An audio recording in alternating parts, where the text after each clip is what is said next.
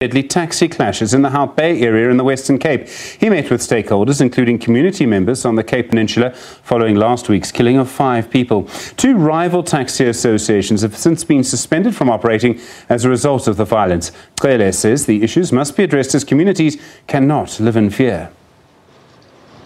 Residents of nearby Imizamu say they now live in fear following last week's violence, but 2 people have been arrested. Police have increased their operations. An illegal taxi rank was closed and the suspension of taxi services that could last for up to 6 months were issued. Cele says it was clear from today's meeting that all involved feel consultations and discussions were nowhere near efficient and thorough enough. Taxi associations Kodeta and Kata say the meeting didn't yield any results. They believe taxi issues should be resolved by the taxi industry. The Transport Minister Bheki Cele is expected to visit the area tomorrow. Well, our reporter Marika Botha has spent her day there watching the Police Minister Bheki Cele as part of the proceedings and watching him meet the community. She joins us now. Marika, good evening to you. The Minister was scheduled to meet a variety of stakeholders. Who did he actually see today? You're exactly right. He was supposed to meet a variety of stakeholders, which he did, including provincial government, the City of Cape Town, and of course taxi operators. But it ended up being a quasi-community meeting.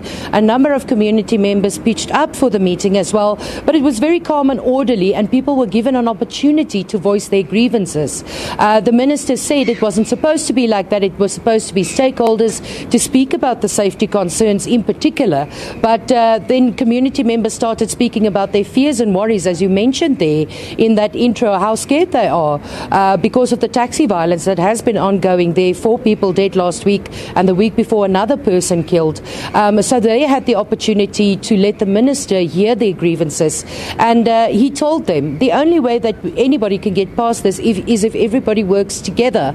And he said also what stood out for him is that it was clear that consultations were never proper, and he also added that in future any consultations that relates to transport in that area should include the community as well.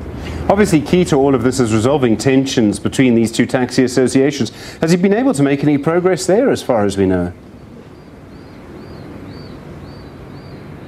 Well, this meeting was very short. It was a few hours long.